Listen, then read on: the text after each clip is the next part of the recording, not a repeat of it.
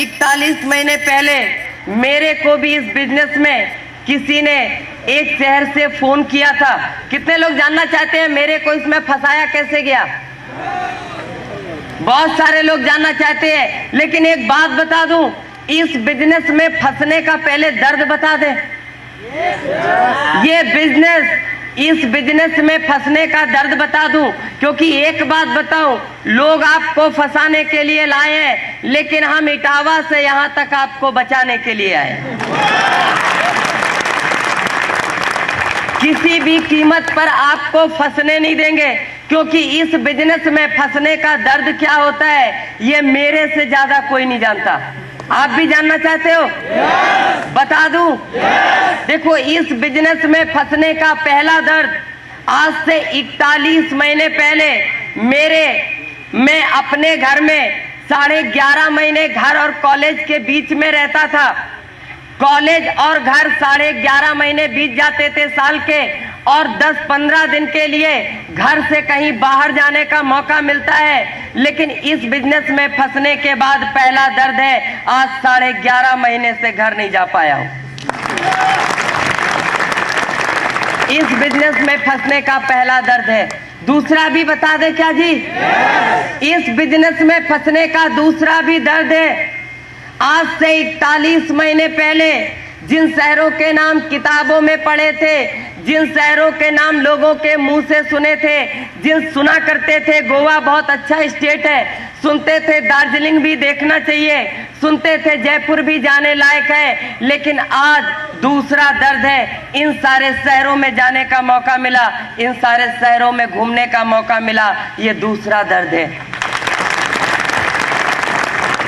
इस बिजनेस में फंसने का एक और दर्द है। बता दे क्या जी? आज से 41 महीने पहले मेरे डैडी मेरे को पर मंथ 5,000 रुपए देते थे पॉकेट खर्चा के लिए। काफी होते हैं ना जी स्टूडेंट के लिए? काफी होते थे, 5,000 रुपए महीने में देते थे। लेकिन इस बिजनेस में फंसने का दर्द है, आज मेरे डैडी मेरे को 5,000 महीने में नहीं देते, लेकिन आरसीएम हर महीने पल्सर खरीदने की इनकम देता है। इस बिजनेस ने एक और दर्द दिया है। बता दे जी? जानना चाहते हैं? भगवान न करे ये दर्द दुश्मन को भी मिले। बता दूं? इस बिजनेस ने जो सबसे बड़ा दर्द दिया है वो सिर्फ इतना है कि आज से 41 महीने पहले मेरे शहर के लोग मेरे डैडी के नाम से मेरे को जानते थे, आज हिंदुस्तान के लोग मेरे नाम से मेरे डैडी को जानते हैं। सबसे बड़ा दर्द है। इतने सारे दर्द देता है आरसीएम, करना चाहिए जी? नहीं करना चाहिए। अभी तो शुरुआत है, आगे आगे बताएंगे तो बहुत सारे लोगों के हार्ट अटैक हो जाएंगे। सुनना चाहेंगे जी? बहुत सारे। लेकिन एक बात बताएं, सबसे पहले ये बता दें हमको किसने फंसाया था, कैसे फंसाया? क्योंकि देखो, हर किसी को इस बिजनेस में फंसाया गया है, कोई भी अपनी मर्जी से नहीं आया। और मेरे को जिस इंसान ने फंसाया था वो यूपी के first technical achiever doctor Ghanshyam Yadav जी।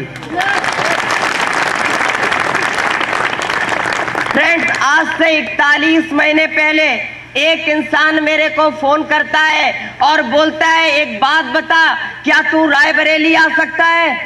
यूपी का एक दूसरा डिस्ट्रिक्ट है रायबरेली, सुना है ना नाम? मेरे को रायबरेली बोलता है आ सकता है। मैंने कहा मेरे को नहीं आना। बोला नहीं आएगा तो मजा आ जाएगा। मैंने कहा मेरे को कोई भी मजा नहीं लेना। बोला बिजनेस के बारे में बताएंगे। मैंने कहा मेरे डैडी का इतना बड़ा बिजनेस है, उसको ही हम करना चाहेंगे तो करेंगे, बाकी कुछ नहीं करना है। लेकिन वो मेरे को इतना ज्यादा प्रेशर डालते हैं कि मैं अपने शहर इटावा से 350 किलोमीटर दूर रायबरेली जाता हूँ। और जब मैं रायबरेली जाता हूँ, रात को 8:30 बजे उनके घर में पहुंचा, 9:30 बजे 2 लोग मेरे को मिलके प्लान दिखाते हैं, रात को 9:30 बजे से लेके 11:30 बजे तक। कितने घंटे जी? 2 घंटे। और 2 घंटे प्लान दिखाने के बाद बोलते हैं, क्यों जी समझ में आया? मैंने कहा हाँ जी सब कुछ समझ में आ गया। सिर्फ एक ही खतरा था, मैंने सोचा अगर ना कर दिया तो 2 घंटे और चाटेंगे। तुरंत बोला सब कुछ समझ में आ गया। अभी इधर भी पूछेंगे समझ में आया जी, सारे बोलेंगे सब कुछ आ गया, कुछ समझाने की जरूरत नहीं। सही है ना? मैंने भी तुरंत बोला सब कुछ समझ में आ गया। सुबह होती है, बोलते हैं चलो आपको पिकअप सेंटर लेकर चलते हैं। दोनों लोग मेरे को पिकअप सेंटर पर ले जाते हैं और जब पिकअप सेंटर पर जाता हूं तो पिकअप सेंटर के गेट पे जैसे ही पहुंचा, पिकअप सेंटर को देख के हालत खराब हो गई। इतनी जर्जर अवस्था में पिकअप सेंटर, उससे अच्छी पान की दुकान होती है जी। मेरे को दिमाग में एक ही बात आई, रात को तो बड़ी बड़ी हाँक रहा था, इतनी बड़ी कंपनी है, इतना बड़ा टर्नओवर है, ये है वो है, अरे जिसके पिकअप सेंटर का ये हाल है उस कंपनी का क्या हाल होगा। लेकिन साहब 2 लोगों के बीच में फंसे थे ना। अंदर जाते हैं, बोरे में से किट निकालता है। किससे निकालता है जी?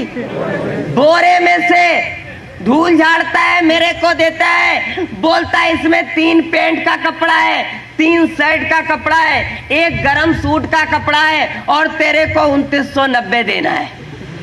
कितना देना है जी? ये भी नहीं पूछता पॉकेट में है कि नहीं है, बस देना है। मेरे को 100% लग रहा था 350 किलोमीटर दूर बुला के ठगा है, नटवर लाल का भी चाचा है। लेकिन मैंने उसको 2990 दिया। उस बैग को लेकर अपने घर पे आया, अलमारी में बंद करके रख दिया। सिर्फ एक ही बात सोची, अगर डैडी ने देख लिया तो बोलेंगे तुम फालतू के बहुत खर्चे करते हो। बात समझ में आ रही है जी? 100% आ रही है? चाटूंगा नहीं, अगर नहीं आ रही है तो बोल दो। आ रही है ना जी? मैंने उसको अलमारी में रख दिया और मैं 9 महीने गुजर जाते हैं। 9 महीने मैं भूल गया कि मैं किसी आरसीएम को जानता हूँ। मैंने आरसीएम का कपड़ा लिया है, मैंने आरसीएम का कपड़ा कोई लिया है, किसी को पैसे भी दिए हैं। लेकिन 9 महीने बाद उसी इंसान का फिर फोन आता है। बात समझ में आ रही है ना? क्योंकि एक बात कहते हैं, बुरे दिनों को जितनी जल्दी भुला दो उतना ही अच्छा। तो मैं भी 9 महीने तक भूल गया, लेकिन उस इंसान का फिर से फोन आता है और मेरे को बोलता है यार एक बात बता, क्या फैजाबाद आ सकता है? मैं बोला क्यों?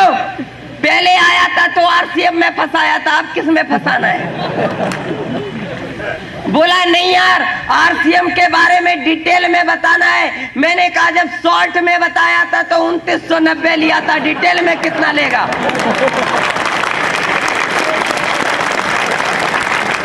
बात को समझने की कोशिश करना। मैंने कहा डिटेल में कितना लेगा? बोला नहीं यार तुम समझते नहीं हो।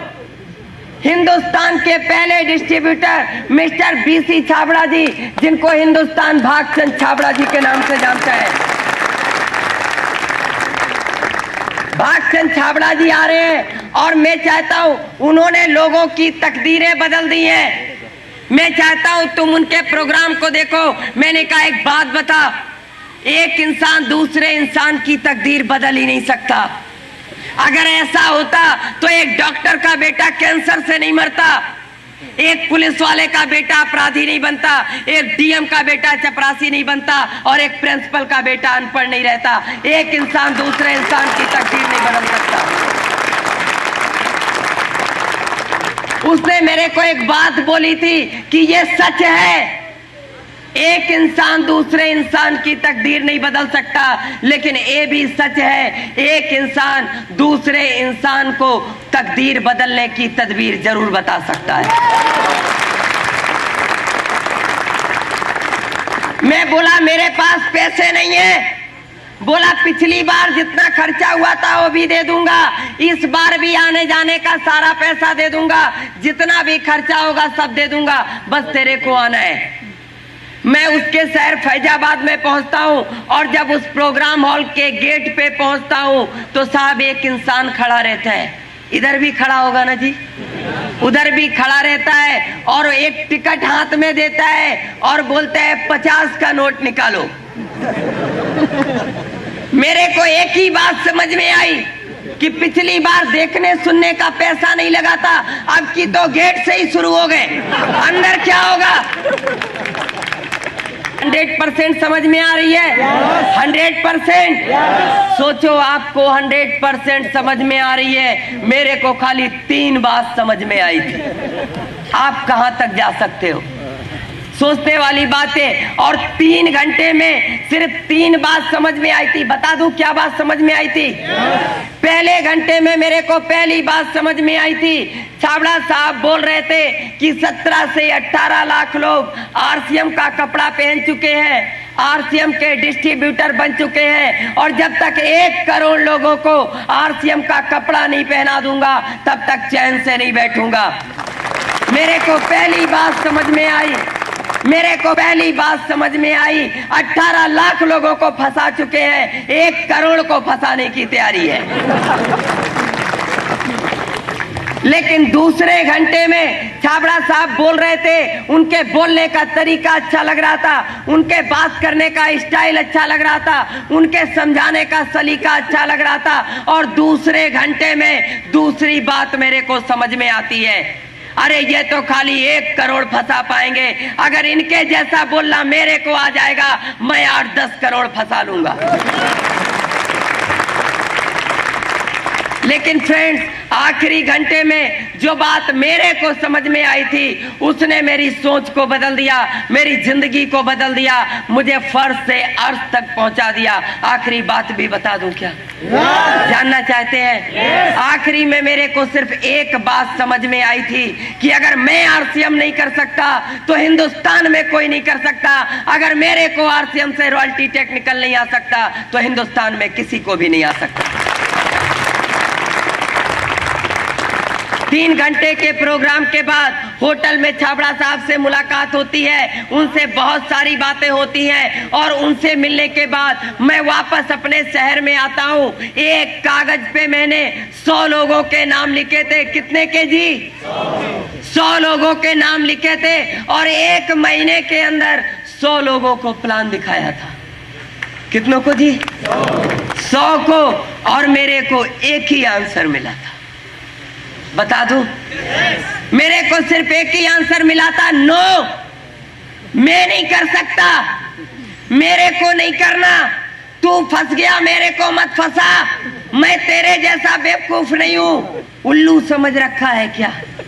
मेरे को ये आंसर मिले थे, और मैं सच कहता हूं, अगर 10-20 लोग मना कर दे तो क्या होगा जी? क्या होता है आपका? है जी? हौसला पर अच्छों की हवा निकल जाती है जी। 100 लोगों ने मना कर दिया, मेरी भी सारी की सारी निकल गई। मैंने तुरंत अपने अपलाइन को फोन किया, मैंने कहा सर एक बात बताओ, पूरे इटावा डिस्ट्रिक्ट में एक मई बेवकूफ मिला था फंसाने के लिए। बोले क्यों, क्या हुआ? मैंने कहा दूसरा कोई फंसता ही नहीं है। बोले अरे बात तो बताओ क्या हुआ? मैंने कहा ये पूछो क्या नहीं हुआ। जो लोगों ने कभी नहीं कहा था वो आरसीएम में आने के बाद कहा। बात समझ में आ रही है ना? बोले नहीं यार डिटेल में बताओ। मैंने उनको डिटेल में सारी बात बताई, और मैं आज भी थैंक्स बोलता हूं उस great upline Mr Ghanshyam Yadav ji का, जिन्होंने मेरे को, उन्होंने मोबाइल पे मेरे को एक स्टोरी सुनाई थी, और मोबाइल पे जो मेरे को स्टोरी सुनाई थी, मैं सच कहता हूँ उस स्टोरी ने मेरे अंदर जो उत्साह भरा था, जो ताकत भरी थी, उस स्टोरी को आज भी जब कभी मैं निराश हो जाता हूँ, जब कभी मैं हताश हो जाता हूँ, उस स्टोरी को एक बार याद कर लेता हूँ, और मैं सच कहता हूँ उसके बाद जब खंबा भी सामने आ जाता है तो उसको भी आरसीएम समझ में आ जाता है। सुना दूं स्टोरी? जानना चाहेंगे? मेरे को सर ने एक स्टोरी सुनाई थी कि एक मूर्तिकार था, उसको एक छोटी सी मूर्ति बनाने के लिए छोटे से पत्थर के टुकड़े की जरूरत थी। वो एक बड़े से पत्थर के पास जाता है और उस पत्थर पे 100 बार हथौड़ी से चोट करता है, लेकिन पत्थर का टुकड़ा नहीं टूटता। वो हताश हो जाता है, निराश होकर घर वापस चला आता है। एक दूसरा शिल्पकार उसी पत्थर के पास जाता है, और जैसे ही हथौड़ी से चोट करता है, पत्थर का टुकड़ा टूटकर बाहर आ जाता है। बात ये नहीं थी कि पहले शिल्पकार के हाथों में ताकत नहीं थी, बात ये भी नहीं थी कि पहले शिल्पकार के हथौड़ी में पावर नहीं थी, बात ये भी नहीं थी कि पहले शिल्पकार का इरादा मजबूत नहीं था। बात सिर्फ इतनी सी थी कि वो पत्थर 100 चोटें सह चुका था, बस एक की जरूरत थी।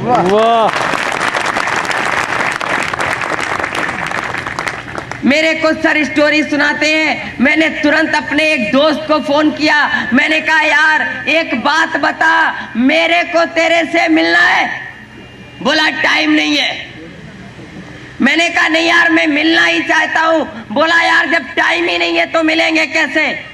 मैंने कहा एक साल में 365 दिन होते हैं जी, एक महीने में 30 या 31 दिन होते हैं, एक हफ्ते में 7 दिन होते हैं और एक दिन में 24 घंटे होते हैं। मेरे को तेरे से सिर्फ 1 घंटे के लिए मिलना है।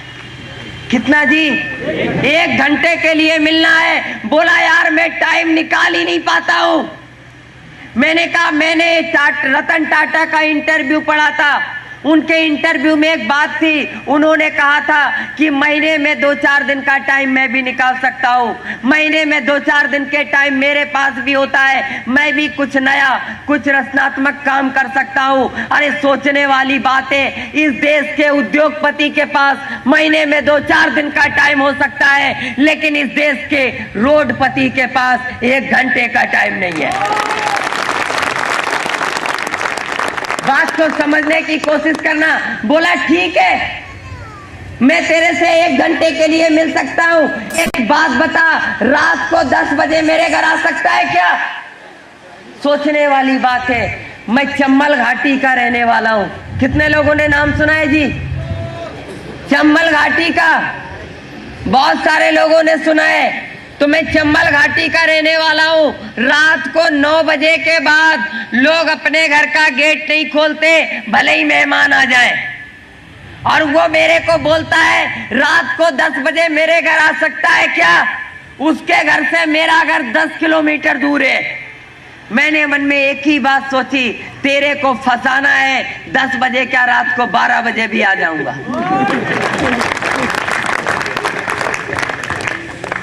रात के 10 बजे मैं उसके घर पे जाता हूँ। उसकी पूरी फैमिली को बिठा के मैंने आरसीएम का प्लान दिखाया, प्रोडक्ट को बताया, प्रोडक्ट को दिखाया, जो भी मेरे को आता था उतना मैंने उसको बताया।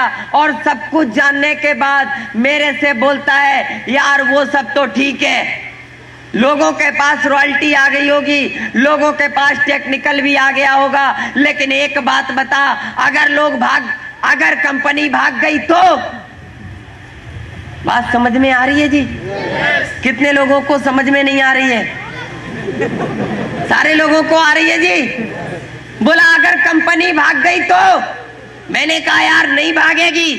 बोला नहीं मान ले भाग गई तो? मैंने कहा क्यों मान ले? बोला बस यूं ही मान ले, यूं ही मान ले भाग गई तो। मैंने कहा एक बात बता, आप एक शोरूम में जाते हो, एक शर्ट पसंद आती है, कीमत 500 होती है, आप 500 रुपए देते हो, शर्ट को लेकर शोरूम से बाहर आ जाते हो। शोरूम वाला अपने शोरूम में ताला डाल देता है, बोलता है आज के बाद अपना शोरूम कभी नहीं खोलूंगा, आज के बाद अपना शोरूम कभी नहीं खोलूंगा। आपका कुछ जाता है क्या? कुछ जाएगा?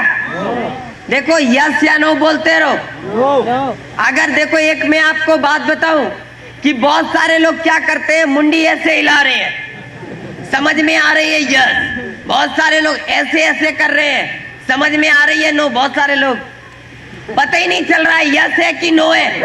यार बीच वाले का उपयोग ऊपर वाला नहीं ढूंढ पाया, हम आप क्या ढूंढेंगे? और 5 किलो का मत हिलाओ यार, 2 ग्राम का हिलाने से काम चल सकता है। 2 ग्राम की है ना मुंह में, है कि नहीं है? तो उसको हिलाते रहो। नहीं तो मान लो आप भी चलो 5 किलो का हिलाओ, हम भी हिलाए, दोनों लोग हिलाते हैं, देखे मजा आता है कि नहीं?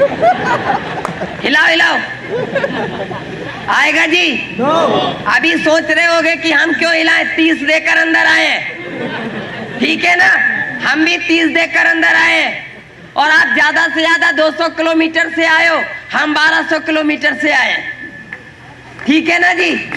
तो जितना हम हिलाएंगे उतना आप भी हिलाएंगे। 5 किलो का नहीं, 2 ग्राम का। समझ में आ रही है ना बात? नहीं जाता है।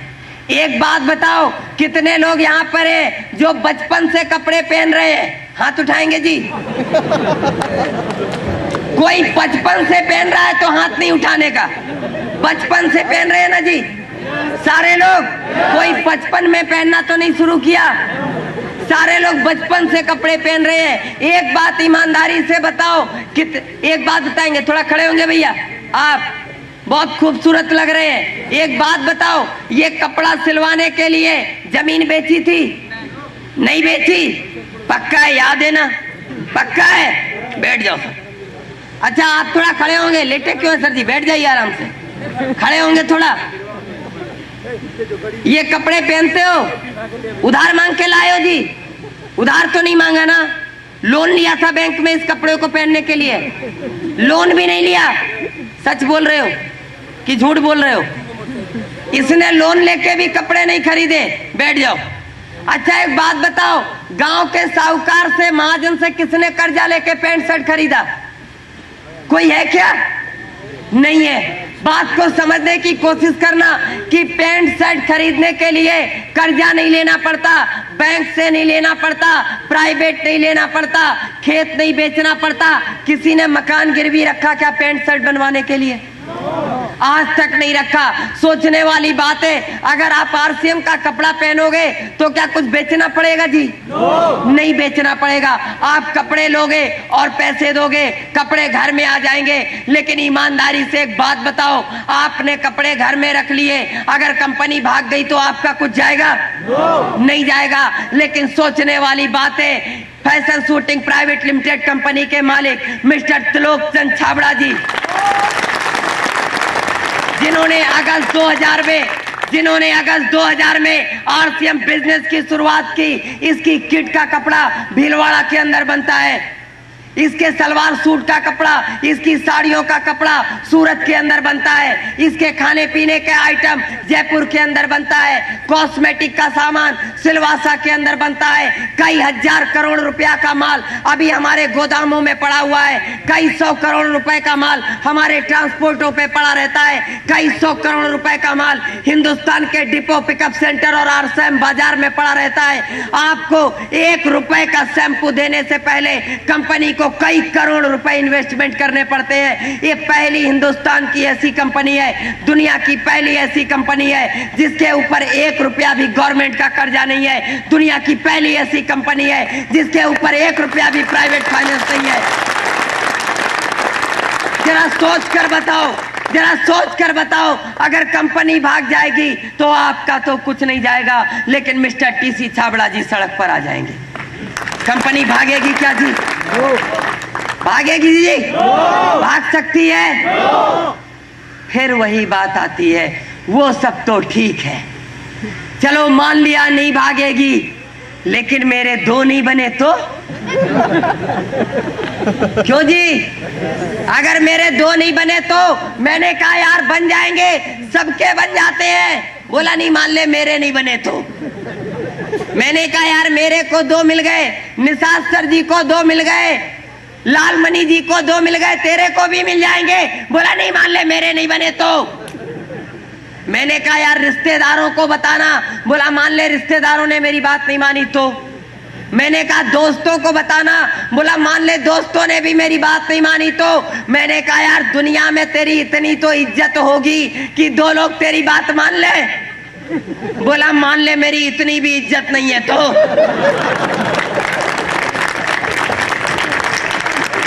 मैं बोला तो एक काम कर, जब तेरी इतनी भी इज्जत नहीं है तो चुल्लू भर पानी में डूब के मर जा। अरे यार सीधी सी बात है, जिस आदमी की इतनी भी इज्जत नहीं है उसको मर जाना चाहिए, और गारंटी है मेरी मरने के बाद 4 मिल जाएंगे, कंधा देने आएंगे। और लिख कर जाना, उन 4 में से 2 आरसीएम में आ जाएंगे। अरे जीते जी अपनी तकदीर नहीं बना सकता, मरने के बाद बच्चों की तकदीर बना के जाओ। बोला चलो ठीक है, मैंने मान लिया, मेरे 2 बन गए, उन दोनों के भी 2-2 बन गए। उन दोनों के भी 2-2 बन गए, उन दोनों के भी 2-2 बन गए। ऐसे तो एक दिन पूरे डिस्ट्रिक्ट के लोग ज्वाइन हो जाएंगे। जो लास्ट में आएगा उसका 2 किधर से आएगा?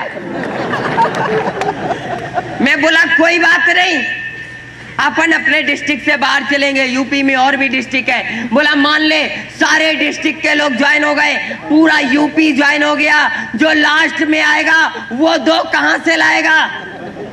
मैं बोला कोई बात नहीं, अपन यूपी से बाहर चलेंगे, बिहार चलेंगे, झारखंड चलेंगे, पंजाब चलेंगे, हरियाणा चलेंगे, गुजरात चलेंगे, बंगाल चलेंगे, आसाम चलेंगे। बोला मान ले सारे स्टेट के सारे लोग ज्वाइन हो गए, पूरा हिंदुस्तान ज्वाइन हो गया, जो लास्ट में आएगा उसका 2 कहां से लाओगे? अभी अपना ठिकाना नहीं था, अभी पूरा इंडिया ज्वाइन हो गया तो मैं बोला कोई बात नहीं, अपन एशिया में चलेंगे। बोला मान ले पूरा एशिया भी ज्वाइन हो गया तो मैं बोला यार यूरोप में भी कंपनी पहुंच जाएगी। बोला मान ले पूरा यूरोप भी ज्वाइन हो गया तो मैं बोला अपन अफ्रीका, अमेरिका, ऑस्ट्रेलिया महाद्वीप में चलेंगे। बोला मान ले पूरी दुनिया ज्वाइन हो गई, दुनिया में कोई भी नहीं बचा, जो लास्ट में आएगा ना वो 2 कहां से लाएगा?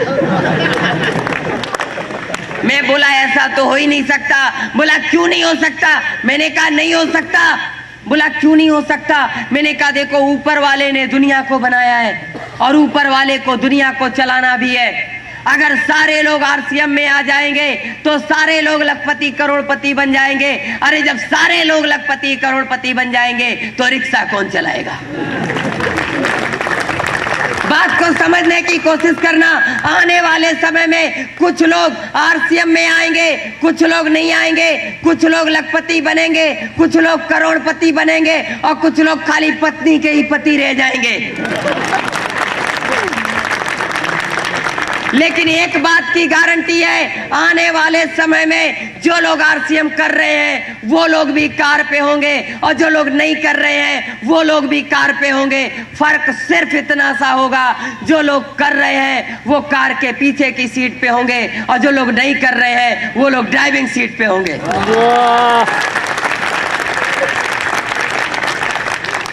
बात समझ में आ रही है? अगर नहीं समझ में आ रही है तो समझने की जरूरत भी नहीं है। आरसीएम नहीं चलेगा। मैंने कहा अब क्यों नहीं चलेगा जी? बोला मान ले लोगों ने हेयर ऑयल लगाना बंद कर दिया तो मैं बोला कोई बात नहीं, लोग क्रीम पाउडर लगाएंगे तो आरसीएम चलेगा। बोला मान ले लोगों ने क्रीम पाउडर लगाना भी बंद कर दिया तो मैंने कहा कोई बात नहीं, लोग नमक मिर्च भुजिया बिस्कुट खाएंगे तो आरसीएम चलेगा। बोला मान ले लोगों ने फल फ्रूट खा के जिंदा रहना शुरू कर दिया तो मैं बोला कोई बात नहीं, लोग नहाएंगे धोएंगे तो आरसीएम चलेगा। बोला मान ले लोगों ने नहाना धोना भी छोड़ दिया तो देखो ये जो तो होती है ना बड़ी खतरनाक होती है। जब जिंदगी में तो आ जाती है तो वो नहीं आती जिसका वो सपना देखते हो। जिंदगी में 2 में से एक ही चीज साथ में रहेगी, या तो रहेगा या वो रहेगा। बात समझ में आ रही है? तो को रखना है कि वो को और जेब में है कौन? तो वो मैंने कहा कोई बात नहीं, लोग नहाएंगे धोएंगे तो आरसीएम चलेगा। बोला मान ले लोगों ने नहाना भी छोड़ दिया तो मैंने कहा यार मोबाइल पे बातचीत कर सकते हो तो आरसीएम चलेगी। बोला मान ले लोगों ने बातचीत भी बंद कर दी। मैंने कहा लोग कपड़े धुलेंगे तो आरसीएम चलेगा। बोला तू कपड़े धोने की बात करता है, अगर लोगों ने पहनने ही छोड़ दिए तो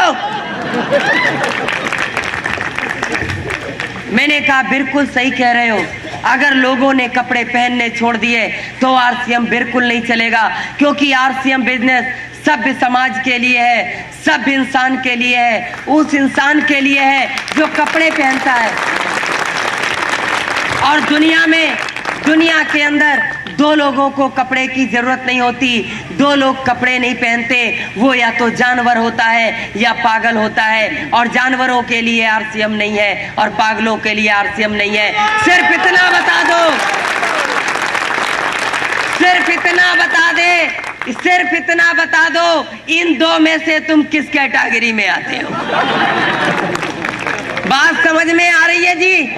दो लोगों के लिए आरसीएम नहीं है, या तो वो 1000 प्रॉब्लम है और तू मरा नहीं जिंदा है। 1000 प्रॉब्लम है और उसके बाद भी तो जिंदा है, तो एक काम और कर, एक और प्रॉब्लम ले ले, आरसीएम 1001 हो जाएगी। अरे जब 1000 में नहीं मरा तो 1001 प्रॉब्लम में भी नहीं मरेगा, मेरी गारंटी है। मरेगा क्या जी? अरे जो 100 किलो के बोझ से नहीं मरा, 2 ग्राम और लाद दोगे तो क्या मर जाएगा? नहीं मरेगा। लेकिन इस बात की गारंटी है कि अगर आरसीएम नाम की एक और प्रॉब्लम ले लोगे तो 5 साल अगर 1001 प्रॉब्लम के साथ जी लोगे तो इस बात की गारंटी है 1000 प्रॉब्लम खत्म हो जाएगी, खाली एक प्रॉब्लम रह जाएगी, आरसीएम आरसीएम आरसीएम। कहूंगा आरसीएम का साबुन ले लो, सर्फ ले लो, शर्म आती है, मैं नहीं कर सकता। क्यों जी? आती है ना। एक बात ईमानदारी से बताओ, यहाँ पर कितने लोग ऐसे हैं जिनके पास अमिताभ बच्चन से ज्यादा पैसा है? हाथ उठाएंगे जी? कोई है क्या? अमिताभ बच्चन से ज्यादा किसी के पास पैसा है? यस या नो?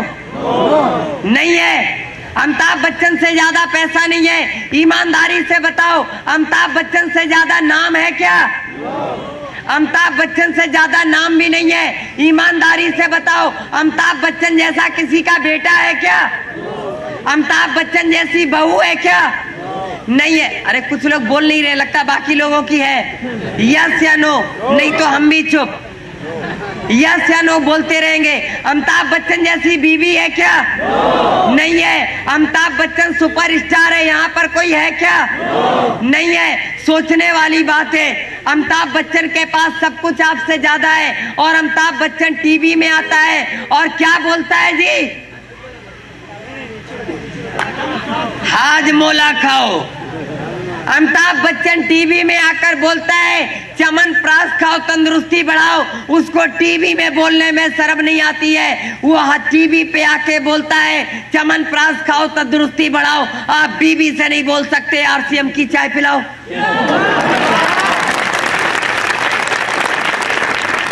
बात को समझने की कोशिश करना। अमिताभ बच्चन को शर्म नहीं आती और हमको शर्म आती है। उसके पास शर्म नहीं आती, इसीलिए उसके पास पैसा आता है, और हमको शर्म आती है, इसीलिए हमको हमारे पास नहीं आता है। उसको शर्म नहीं आती, उसको सफलता मिलती है, हमको शर्म आती है, इसीलिए हमको सफलता नहीं मिलती। बात समझने की कोशिश करना। अभी देखो, लोग बोलने का पैसा लेते हैं, वो ऐड करते हैं, पैसा ले जाते, और हमको ऐड करने में शर्म आती है। बात को समझने की कोशिश करना। एक खूबसूरत सी लड़की टीवी पे आती है। अभी मैं एक बार टीवी देख रहा था, वैसे मैं बहुत कम टीवी देखता हूँ, अब ये तो मेरे को नहीं पता, मैं उसमें ऐड देख रहा था, क्योंकि ये तो टीवी में आजकल पता ही नहीं चलता है कि पिक्चर के बीच में ऐड आता है कि ऐड के बीच में पिक्चर आती है। ये तो पता नहीं चलता है ना जी। तो मैं ऐड देख रहा था, एक खूबसूरत सी लड़की आती है टीवी पे, एक खूबसूरत सी लड़की आती है, उसका ज्यादा नाम तो नहीं पता है, लेकिन वो बोलती है मेरी खूबसूरत त्वचा का राज साबुन है। अब साबुन का नाम नहीं ले सकते ना, उस साबुन वाले मेरे को पैसा नहीं देते, जो ऐड करने का देते हैं उन्हीं का नाम लेते हैं जी। बोलती है मेरी सुंदरता का राज साबुन है जी। एक बात बताओ, थोड़ा आप खड़े होंगे जी, सफेद टोपी लगाए हैं, साबुन लगाते हैं जी? लगाते हैं। कितने साल से लगा रहे हैं जी? 8 साल से लगा रहे हैं। 8 साल से ये साबुन लगा रहे हैं जी।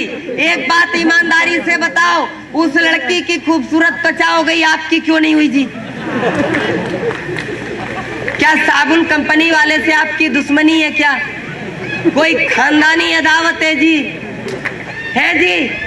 उसकी हो गई, आपकी क्यों नहीं हुई जी? बैठिए सर जी, हम बताते हैं। बात को समझने की कोशिश करना, क्योंकि ये जब साबुन लेने जाते हैं तो इनकी जेब से 14 रुपया जाता है और उसकी जेब में 14 करोड़ पहुंचता है। ये काले हो जाते हैं और लाल हो जाते हैं। हैं और मैं उनको ग्रेट बोलता हूं क्योंकि मैंने उनसे बहुत कुछ सीखा है। बात को समझने की कोशिश करना। मेरा एक दोस्त है, मैं जब भी उसको फोन करता हूं बोलता हूं और यार कैसे हो, क्या चल रहा है, तो बोलता है बस कट रही है। क्या बोलता है जी? कट रही है। जब भी उसको फोन किया बोला कट रही है। मैंने अभी उसको फोन किया था दीपावली पे, मैंने बोला और यार क्या है, रात को 11 बजे, तो बोला कट रही है। मैंने कहा क्या कट रही है, रात को 11 बजे सब्जी काट रहा है क्या? बोला नहीं बिस्तर पे हूं। मैंने कहा बिस्तर पे क्या काट रहा है? बोला कट रही है। सोचने वाली बात है। बोला जिंदगी कट रही है। सुना है कि 84 लाख योनियों के बाद इंसान का शरीर मिलता है और उसके बाद भी लोग कहते हैं कट रही है। काटने के लिए भेजा है क्या जी? लेकिन कट रही है। एक मेरा और दोस्त है, उसको जब भी फोन करता हूं बोलता गुजर रही है। मैं बोला और क्या हाल चाल है? बोला गुजर रही है। नए साल पे उसको फोन किया, बोला हैप्पी न्यू ईयर, और क्या हाल चाल है? बोला गुजर रही है। 15 साल का, मैं 15 साल पुरानी दोस्ती है उससे, बचपन का दोस्त है, बोलता है गुजर रही है। मैंने कहा पिछले 15 साल से कह रहे हो गुजर रही है गुजर रही है, गुजर क्यों नहीं जाते? 15 साल से गुजर ही नहीं पाए। साइनाइड खा लो 2 मिनट में गुजर जाओ। बात को समझना। लोगों की गुजर रही है, कट रही है, गुजार रहे हैं। इकट्ठे गुजर जाओ ना यार, घिसट घिसट क्यों को गुजर रही है। और फिर भी लोग कहते हैं क्या आरसीएम करना जरूरी है? जरूरी है जी?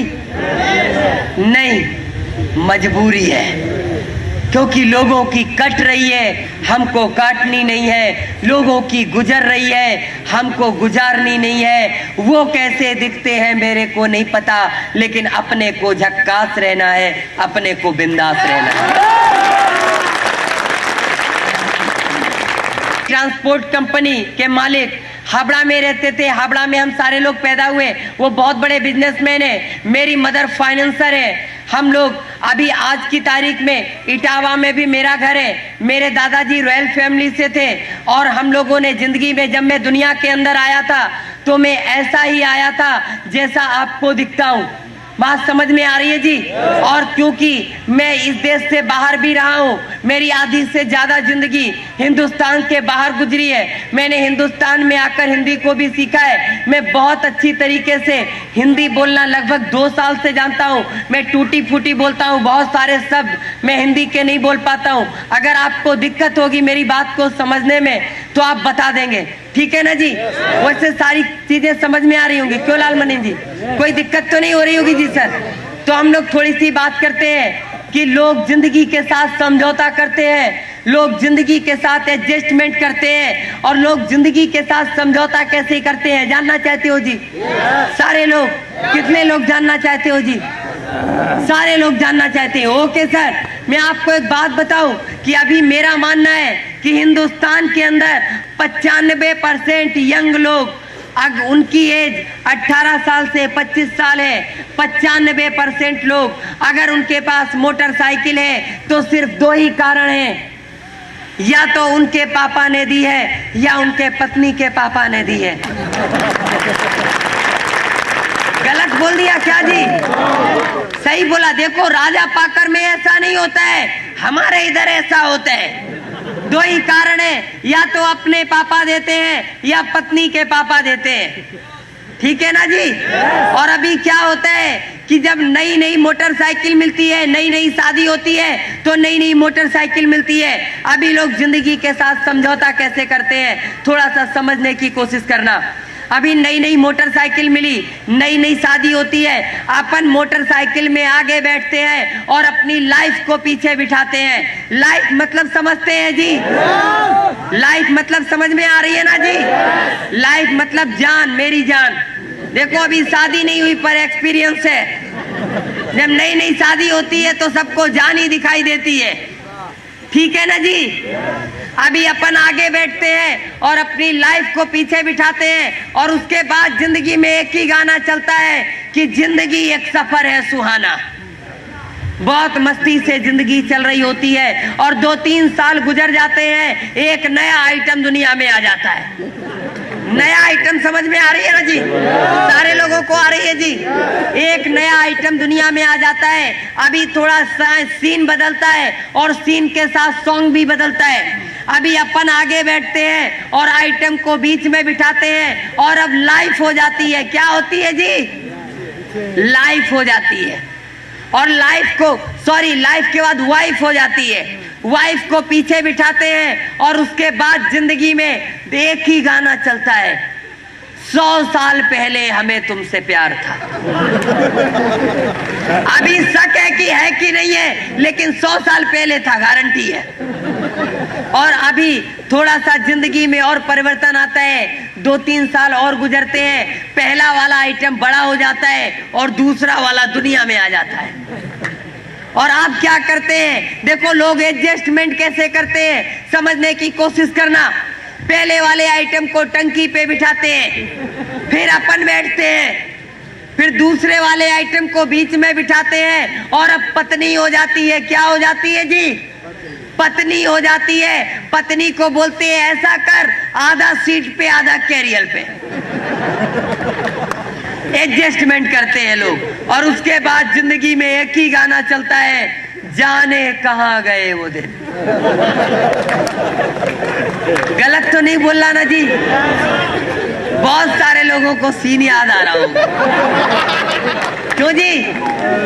लेकिन साहब कुछ समय और गुजरता है, 1-2 साल गुजरते हैं और 1-2 साल बाद क्या होता है कि जो पहला वाला आइटम रहता है वो थोड़ा सा और बड़ा हो जाता है।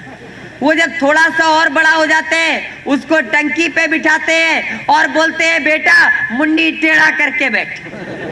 बात समझ में आ रही है? अपन पीछे बैठ के चलाएंगे, अगर वो मुंडी सीधा रखेगा तो पीछे से आगे दिखेगा नहीं। बोलते हैं बेटा मुंडी टेढ़ा रख के बैठ। फिर अपन बैठते हैं, फिर दूसरे वाले आइटम को बिठाते हैं, फिर फैमिली हो जाती है, उसको बोलते हैं ऐसा कर, आधा सीट पे आधा कैरियर पे, और तीसरे वाले को कस के पकड़ने का। गलत तो नहीं है ना जी?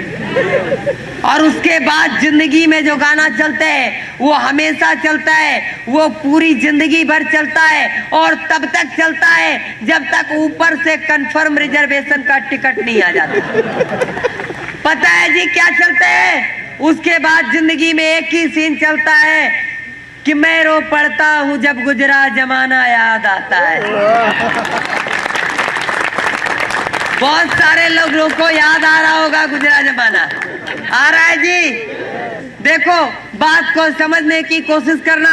लोग जिंदगी के साथ एडजस्टमेंट करते हैं, लोग जिंदगी के साथ समझौता करते हैं, लोग जिंदगी के साथ जीते हैं। बात को समझने की कोशिश करना। जब मोटरसाइकिल की जरूरत थी तब मोटरसाइकिल थी, जब कार की जरूरत थी तभी भी मोटरसाइकिल है, और जब मिनी बस की जरूरत है तभी भी मोटरसाइकिल है। लोग जिंदगी को जी नहीं रहे हैं, लोग जिंदगी को काट रहे हैं। बात को समझने की कोशिश करना। लोग एडजस्टमेंट कर रहे हैं, लोग समझौते कर रहे हैं और उसके बाद भी कहते हैं क्या आरसीएम करना जरूरी है? क्यों जी? सारे लोग जिंदा हैं क्या? हम समझे कि सारे लोग सुसाइड कर लेंगे। देखो यार, बोलते चालते रहोगे ना तो मेरे को लगेगा जिंदा हो जाते हैं। उसके बाद आलू को छांटा जाता है, बड़ा बड़ा आलू एक तरफ, मीडियम आलू एक तरफ और एकदम छोटा छोटा छर्री आलू एक तरफ। ठीक है ना जी? ऐसे और उसको बाजार में बेचते थे। लेकिन उसी गांव में एक किसान था, जब सारे लोग आलू छांट के तैयार होते थे तब तक वो अपना आलू बाजार में बेच के घर आ जाता था। सारे किसान बड़े परेशान कि ये अपना आलू इतनी जल्दी छांट कैसे लेता है, जबकि खोदने हम लोगों के साथ ही जाता है, एक साथ खोद के लाता है, फिर ये छांट कैसे बेच के कैसे चलाता है। सारे किसान उस किसान के पास जाते हैं और बोलते हैं भैया एक बात बताओ, तुम्हारा आलू इतनी जल्दी छट कैसे जाता है?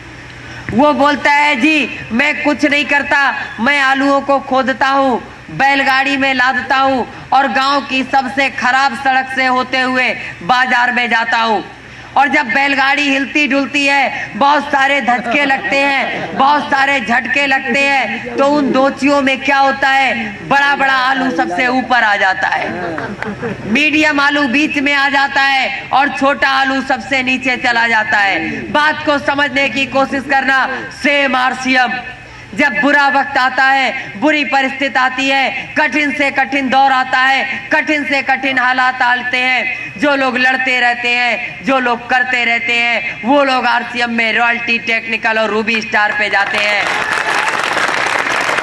और जो लोग रुक जाते हैं, जो लोग थम जाते हैं, वो यहाँ से बाहर हो जाते हैं। और एक मैं आपको बात बता दूं, इस देश को छोटे आलू टाइप के लोगों की जरूरत नहीं है, इस समाज को भी ऐसे लोगों की जरूरत नहीं है। आप अपने परिवार से पूछ लेना, छोटे आलू टाइप के लोगों की जरूरत नहीं है, तो आरसीएम को भी ऐसे लोगों की जरूरत नहीं है।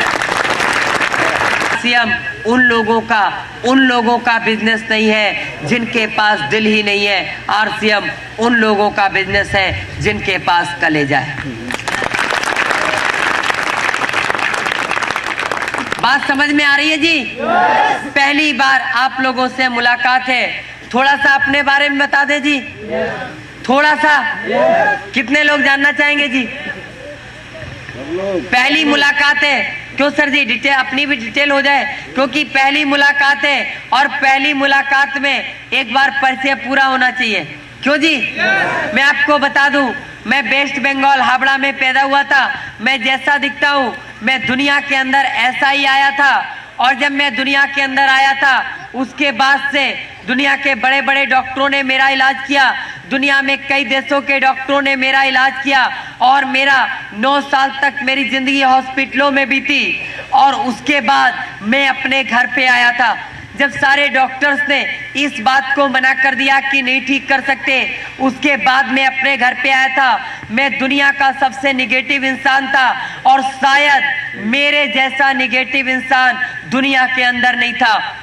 मैं हमेशा निगेटिव ही सोचता था, सिर्फ और सिर्फ निगेटिव सोचता था, और इतना निगेटिव सोचता था कि आज मैं बता नहीं सकता। मैं हर चीज को ना बोलता था, मैं हर चीज को ना जानता था, लेकिन मैं थैंक्स बोलता हूँ अपने मम्मी डैडी को, जिन्होंने मेरे को कॉलेज में पढ़ने के लिए भेजा, मेरे दादी बाबा को, जिन्होंने बहुत कोशिश की मेरे को पढ़ाने की, और बहुत सारी कोशिश की। और मैं थैंक्स बोलता हूँ उस टीचर को जिसने मेरे को पेन पकड़ना सिखाया था, और आज यहाँ कंप्यूटर भी चला सकते हैं। बात को समझने की कोशिश करना। मेरे डैडी से जब मेरे को बोलते थे स्कूल में जाना है, तो मैं बोलता था मैं नहीं पढ़ सकता। काफी कोशिशों के बाद उन्होंने मेरे को सिर्फ एक ही बात बोली थी, कुछ नहीं करना है, आपके टीचर जो कहते हैं सिर्फ वही करते रहो। मैंने कहा मैं नहीं कर सकता। बोले वो वही काम बोलेंगे जो आप कर सकते हो, वो ऐसा कोई भी काम नहीं बोलेंगे जो आप नहीं कर सकते हो। बात को एक मैं आपको और बता दूं बात, कि 9 साल तक जब मैं हॉस्पिटलों में रहता था, मेरे को दुनिया के सिर्फ 3 रिश्तों के बारे में पता था। मेरे को पता था एक डॉक्टर होता है, मेरे को पता था एक नर्स होती है, मेरे को पता था कि डॉक्टर और नर्स से पेशेंट का रिश्ता होता है, और तीसरा रिश्ता मेरे को पता था कि एक दोस्ती होती है। 3 ही रिश्ते मेरे को पता थे, लेकिन घर आने के बाद बहुत बाद मैंने जाना कि मम्मी भी होते हैं, डैडी भी होते हैं, दादाजी भी होते हैं, दादी जी भी होते हैं, और दुनिया के बहुत सारे रिश्ते भी होते हैं। दुनिया में 9 साल बाद मैंने जाना। जब मैं स्कूल जाता था तो जो मेरे टीचर कहते थे मैं करता था। जो मैं आज भी थैंक्स बोलता हूँ कि मैंने सिर्फ फॉलो किया जो वो बोलते चले गए, और मैं पढ़ता चला गया। लेकिन मेरे अंदर से बहुत सारी नेगेटिविटी नहीं गई। मैं बहुत सारा नकारात्मक बातें सोचता था, मैं बहुत ज़्यादा नो सोचता था, मैं बहुत ज़्यादा नहीं सोचता था। बात को समझने की कोशिश करना। एक बार मेरे घर में सफाई हो रही और उसमें बहुत सारे सामान घर से बाहर रखे होते हैं, और एक टेबल पर एक बहुत खूबसूरत डायरी रखी थी, बहुत ही खूबसूरत डायरी थी। और बस उस डायरी को देखकर मैं यूं ही उसके पन्ने को पलटने लगा। मेरे डैडी की डायरी थी और मैं उसको पढ़ने लगा। जब मैंने उसको पढ़ना शुरू किया तो उस डायरी में एक डेट थी 15 फरवरी। 15 फरवरी उसमें डेट लिखी हुई थी और मैंने उस पन्ने पर मेरे डैडी ने लिखा था कि कल डॉक्टर ने डिलीवरी की डेट दी है, मेरा पहला बेटा दुनिया में आने वाला है और जब मेरा बेटा दुनिया में आएगा मेरा दो ही सपना है, या तो मैं उसे बहुत बड़ा बिजनेसमैन बनाऊंगा, मेरे से भी बड़ा बिजनेसमैन बनेगा, या फिर वो पायलट बनेगा। ये मेरे डैडी का सपना था। जब मैंने उस पन्ने को पलटा उसमें अगली डेट लिखी हुई थी, अगले पन्ने पे सिर्फ एक बात लिखी हुई थी, सिर्फ एक लाइन लिखी थी कि आज मेरा सपना टूट गया। क्या लिखा था जी? आज मेरा सपना टूट गया। पहली बार जिंदगी को एहसास हुआ कि जब मैं दुनिया में आया था तो मेरे डैडी का सपना टूटा था। जिंदगी में पहली बार जाना कि जब बच्चा पैदा होता है वो रोता है या नहीं रोता ये तो नहीं पता, लेकिन ये बात पता चली कि जब मैं दुनिया में आया था तो मेरे डैडी ने रोया था, मेरे मम्मी ने रोया था, जो लोग मेरे को प्यार करते हैं उन लोगों ने भी रोया होगा। पहली बार जिंदगी में एहसास हुआ था। और मैं सच कहता हूँ, मैंने अपनी दोस्त से बोला कि एक मेरी डैडी ने डायरी में बात लिखी हुई थी, आज मैंने महसूस किया, आज मेरे को लगता है कि मेरे को दुनिया में आना ही नहीं चाहिए था। मैं आज सोच पाया इस बात को। मेरे दोस्त ने मेरे को एक बात बोली थी, यार अगर तुम चाहो तो तुम्हारे डैडी ने उस दिन तुम्हारे लोगों ने रोया था, लेकिन अगर तुम चाहो तो जिंदगी में वो वक्त भी आ सकता है कि दुनिया में तुम्हारे आने पर भी लोग रोए थे, लेकिन तुम्हारे जाने पर भी लोग रोएंगे।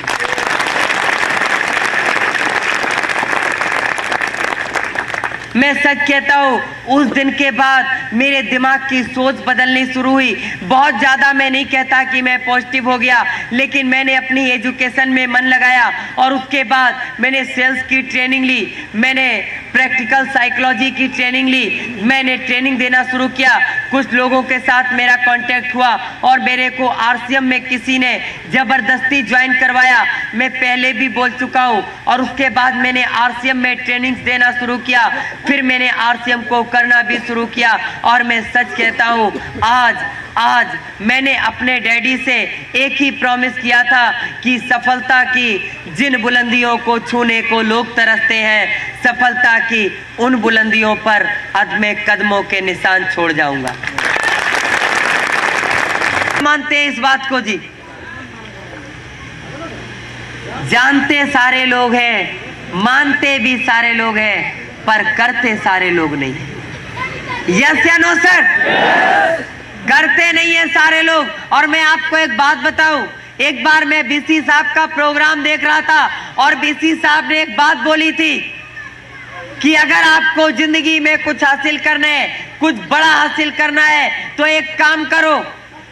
अगर आपको दूध बहुत अच्छा लगता है, आपको खाना खाने के बाद दूध की जरूरत पड़ती है, बिना दूध पिए आप सो नहीं सकते हो, तो आज एक काम करो, आज कसम खा लो, तब तक दूध नहीं पिएंगे जब तक रॉयल्टी नहीं आ जाएगी। बात को समझने की कोशिश करना। उन्होंने कहा था, जो चीज आपको सबसे प्यारी लगती है, आप कसम खा लो कि उस चीज को उस दिन तक नहीं छुओगे जब तक आपको कोई पिन नहीं मिल जाती, आपको रॉयल्टी टेक्निकल नहीं मिल जाता, कुछ नहीं मिल जाता। बात को समझने की कोशिश करना। मैंने भी एक बात को सोचा था और मैंने अपने सर जी को बोला था, अपनी ग्रेट अपलाइन को बोला, मैंने उनसे प्रॉमिस किया था कि सर जी उस दिन तक मैं अपने घर नहीं जाऊंगा जब तक मेरे को एमराल्ड स्टार नहीं आ जाएगा। क्योंकि मैं एक बात बताऊं, दुनिया में सबसे ज्यादा अच्छा मुझे अपना घर लगता है। बताऊं, ऐसा कुछ भी नहीं है, ऐसा कुछ भी नहीं है। एक बात को ध्यान से अपने दिमाग में नोट कर लेना, चाहे कॉपी पे नोट कर लेना, चाहे दिल में नोट कर लेना, लेकिन आज मेरी बात को नोट कर लेना कि बिगड़े हुए हालात की तस्वीर बदल सकती है। बिगड़े हुए हालात की तस्वीर बदल सकती है। बस से बदतर हाल में तकदीर बदल सकती है। मानता हूं किस्मतें, मानता हूं मैं खुदा किस्मतें लिखता है मगर, मानता हूं मैं खुदा किस्मतें लिखता है मगर, आदमी अगर चाह ले तहरीर बदल सकती है, तहरीर बदल सकती है, तहरीर बदल सकती है। बात को समझने की कोशिश करना। बात समझ में आ रही है जी? 100% आ रही है जी? अब एक बात बताओ, जो लोग फंसे नहीं है जी, अब वो लोग बोलेंगे आरसीएम में फंसना चाहिए जी, है जी? कितने लोगों ने किताब पढ़ी है जी?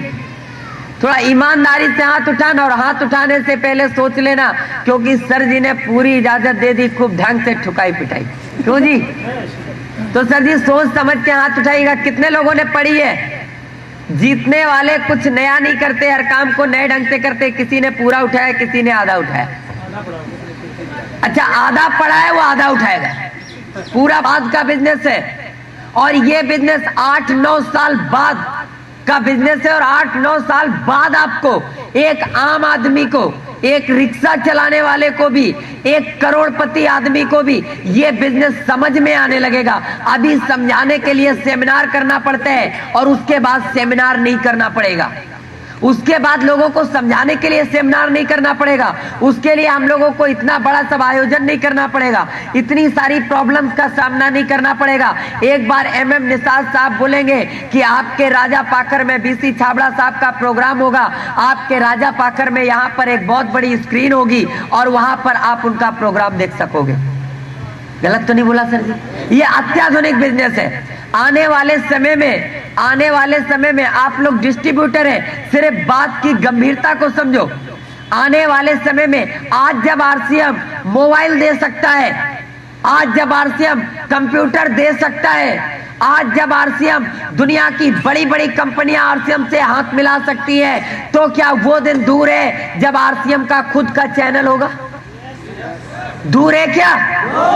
दूर नहीं है। और एक दिन आप RCM का चैनल लगाओगे, और मुकेश कोठारी साहब का सेमिनार चल रहा होगा बॉम्बे में, और देख कहां पर रहे होगे? घर पर। एक दिन BC छाबड़ा साहब गुवाहाटी में कर रहे होंगे, आप देख कहां रहे होगे? अरे हम आने वाले समय में हर वो बहाना खत्म कर देंगे जिसके कारण कोई भी हिंदुस्तानी पीछे रह जाए। अरे मीटिंग में आने का टाइम नहीं है, कोई दिक्कत नहीं है। संडे को भी टाइम नहीं है घर में आने का, कोई दिक्कत नहीं है। रात को 10 बजे के बाद घर में क्या करते हो जी? है जी? सोते हैं। 10 बजे के बाद मत सोना। 1 घंटे का सेमिनार पर डे आपके टीवी पर आएगा। RCM का कोई ना कोई लीडर बोलेगा, अपने दोस्तों को फोन कर देना, यार घर पे तो सोते हो, 1 घंटा और जग के प्रोग्राम देख लो। क्यों जी? कैसा लग रहा है? लग रहा है कि हम लोग हवा हवाई बात कर रहे हैं। हवा हवाई बात लगती है, आज लगती है। जब TC छाबड़ा साहब कपड़ा लेकर आए थे, मैं इस कंपनी में, जब मैं कंपनी में विजिट करने जाता हूं, तो अक्सर मेरा एक और काम है कि मैं महीने में एक बार उस समय कंपनी में जाता हूं जब वहां पर भीड़ नहीं होती है। मैंने एक बार TC छाबड़ा जी से मुलाकात की, और TC छाबड़ा जी से बहुत सारी मैं बात किया। तो मैंने सर जी से एक बात पूछी। मैंने कहा, सर जी एक बात बताओ, क्योंकि मैं भी एक नया डिस्ट्रीब्यूटर था। हर एक डिस्ट्रीब्यूटर की एक चाहत होती है कि सर जी अब क्या लॉन्च करने वाले हो? क्यों जी? सर जी यही तो पूछते हैं, अब क्या क्या आने वाला है?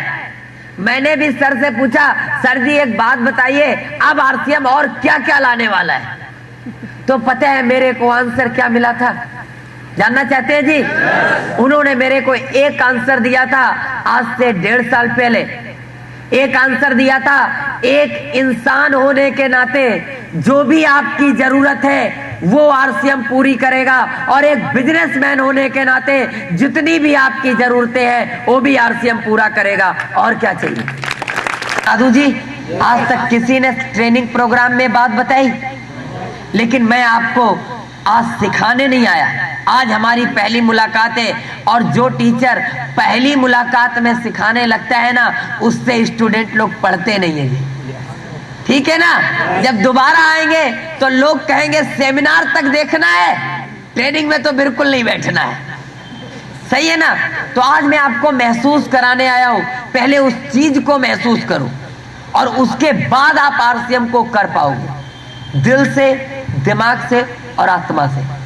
तो मैंने वहां पर मिश्रा जी से मुलाकात की, बीके मिश्रा जी।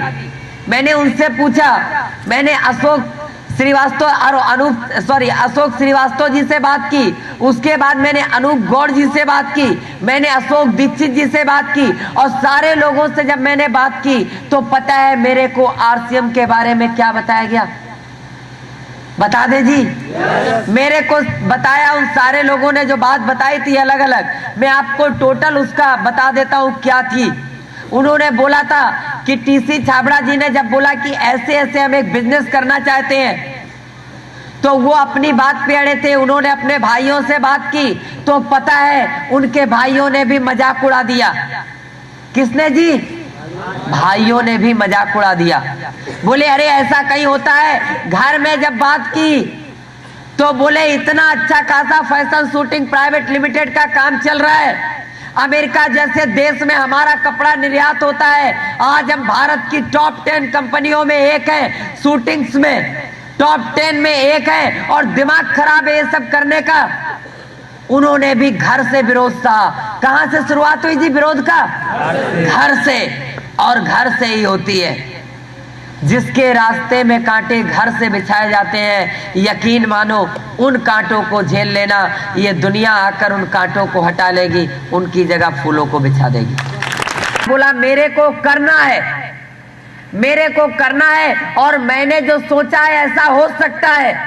जब दुनिया में हो सकता है तो इंडिया में क्यों नहीं हो सकता, हिंदुस्तान के अंदर क्यों नहीं हो सकता। काफी उन्होंने बात की, और जब उन्होंने बीसी छाबड़ा साहब से बात की तो बीसी जी ने पता क्या बोला? अब नहीं मानते हो तो चलो हम तुम्हारा सहयोग कर देंगे। क्या बोला जी? नहीं मानते हो तो हम तुम्हारा सहयोग कर देंगे। और जितने उनके ऑफिस के वर्कर थे वो लोग आपस में यही बोलते थे, लगता है टीसी साहब का फिर गया है। क्या जी? माथा। जब भी कोई नया काम करता है, कोई नया काम करता है, कोई ऐसे काम को करने की तैयारी करता है जिसको दुनिया नहीं समझती। जिसने टेलीफोन का आविष्कार किया उसको दुनिया ने पागल कहा, जिसने बल्ब को बनाया उसको दुनिया ने बेवकूफ कहा, जिसने इस दुनिया को कंप्यूटर दिया उसका लोग नाम भी नहीं जानते, जिसने माइक्रोसॉफ्ट बनाया। बात को समझने की कोशिश करना, उन लोगों को बेवकूफ और पागल कहा जाता है जो दुनिया के अंदर नया आविष्कार करते हैं। और आरसीएम हिंदुस्तान के अंदर टीसी छाबड़ा साहब का आविष्कार है। फैशन शूटिंग प्राइवेट लिमिटेड के उसी ऑफिस में जहां आज आप जाते हो जी, वहीं पर वो ऑफिस था। एक उद्घाटन किया गया, और शहर के, चूंकि वो भी एक बहुत बड़े बिजनेसमैन थे, छाबड़ा ग्रुप ऑफ इंडस्ट्रीज एक बहुत सम्मानित परिवार था हिंदुस्तान के अंदर। बहुत सारे बिजनेसमैनों को भी बुलाया गया और उसका नारियल फोड़ा गया। और सबसे पहले ज्वाइन पता किसको करवाया गया है जी? उस ऑफिस के केसी छाबड़ा, बीसी छाबड़ा, वो सब तो मजबूरी थी। क्या मालूम अपना पैसा भी ना दिए। बहुत सारे भाई लोग घर में ज्वाइनिंग करवा देते हैं जी। है जी? आपकी वाइफ ज्वाइन है? पैसा वाइफ ने दिया था कि आपने? शायद ऐसे ही सिस्टम हो। ठीक है ना जी। बहरहाल उस ऑफिस के लोगों को ज्वाइन करवाया गया जबरदस्ती, और ऑफिस वालों ने इसलिए ज्वाइन किया कि नौकरी करनी है तो चलो ज्वाइन कर लेते हैं। गलत तो नहीं बोला ना साहब? ये उन लोगों के शब्द थे जो लोग वहां पर आज भी हैं। और उसके बाद आरसीएम की शुरुआत हुई साहब, धीरे धीरे बिजनेस बढ़ा। और सर 6 पैंट के कपड़े थे। कितने थे जी? 6 पैंट के पीस से बिजनेस शुरू हुआ। और जब बिजनेस शुरू हुआ एक बड़ा खासा अच्छा खासा ग्रुप बना। और पता है क्या होता था? कभी कभी बीसी छाबड़ा जी का भी चेक 0 हो जाता था। क्यों? क्योंकि हर महीने लोग ज्वाइन नहीं हो पाते थे, बड़ी प्रॉब्लम आ रही थी। और एक समय ऐसा आया जब सारे लोगों ने हथियार डाल दिए कि नहीं, ये नहीं हो सकता, ये नहीं हो सकता, बिल्कुल नहीं हो सकता, कभी नहीं हो सकता। लेकिन एक इंसान ने उस वक्त भी हथियार नहीं डाले, उसको कहते हैं टीसी छाबड़ा जी। क्योंकि उनका मानना था कि इंसान अगर चाहे तो तहरीर बदल सकता है। भले ही खुदा किस्मत लिखते हैं, लेकिन इंसान लिखे हुए को बदल सकते हैं। ये इंसान के अंदर काबिलियत होती है, बस आपको पहचानने की जरूरत है, बात को समझने की। कल की एनिवर्सरी की सीडी देखी है किसी ने जी? है जी? किसी ने देखी है जी? दिखाने लायक कुछ ऐसा नहीं था जो हम आज दिखा सकते। बस इतना था, पहला सेमिनार, पहला जो इसका एनिवर्सरी था भीलवाड़ा में मनाया गया। बिजनेस उठ रहा था, गिर रहा था, सारे लोगों से बाहर में जाना। और दुनिया का सबसे कठिन काम आज आपको करना है, दुनिया का सबसे कठिन काम आपको करना है। और अगर ये काम आप कर लोगे तो इस बात की गारंटी है, चाहे हमारी आपकी मुलाकात अगर 1 साल बाद भी होगी, चाहे 6 महीने बाद होगी, लेकिन इस बात की गारंटी है कि आज आपका जो भी बिजनेस है उससे कम से कम वो बिजनेस जितना भी आपका है उससे कम 10 से 20% जरूर बढ़ जाएगा। 100% 10 से 20% जरूर बढ़ जाएगा, इस बात की गारंटी है अगर फॉलो करोगे तो। लेकिन बहुत सारे लोग सोचते हैं, लिख लेते हैं, वो डाउनलाइन नहीं आई है उसको सिखा देंगे, ऐसा भी लोग करते हैं। डाउनलाइन को सिखाने के लिए नहीं बोल रहा मैं, पहले मैं आपको सीखने के लिए बोल रहा हूं। पहले कोई भी चीज है, पहले आप करोगे, मैं आपको सिखाने नहीं आया। आपको निसार सर जी ने कुछ भी नहीं सिखाया आज तक 4 साल में, क्योंकि वो भी बोलते हम सीख रहे हैं, हम भी बोलते हम सीख रहे हैं, बीसी छाबड़ा साहब भी बोलते सीख रहे हैं, सुरेंद्र साहब भी बोलते सीख रहे हैं, मुकेश कोठारी भी बोलते सीख रहे हैं। यार जब सारे के सारे स्टूडेंट हैं तो मास्टर तो कोई है ही नहीं ना। एक स्टूडेंट दूसरे स्टूडेंट को सिखा सकता है क्या? नहीं, सिर्फ बता सकता है। और आपको इस बिजनेस में सिर्फ इतना करना है, जो भी आपने नोट किया है, आपकी जो भी डाउनलाइन है, उसको बताना नहीं है, सिखाना भी नहीं है, उसको करके दिखाना है।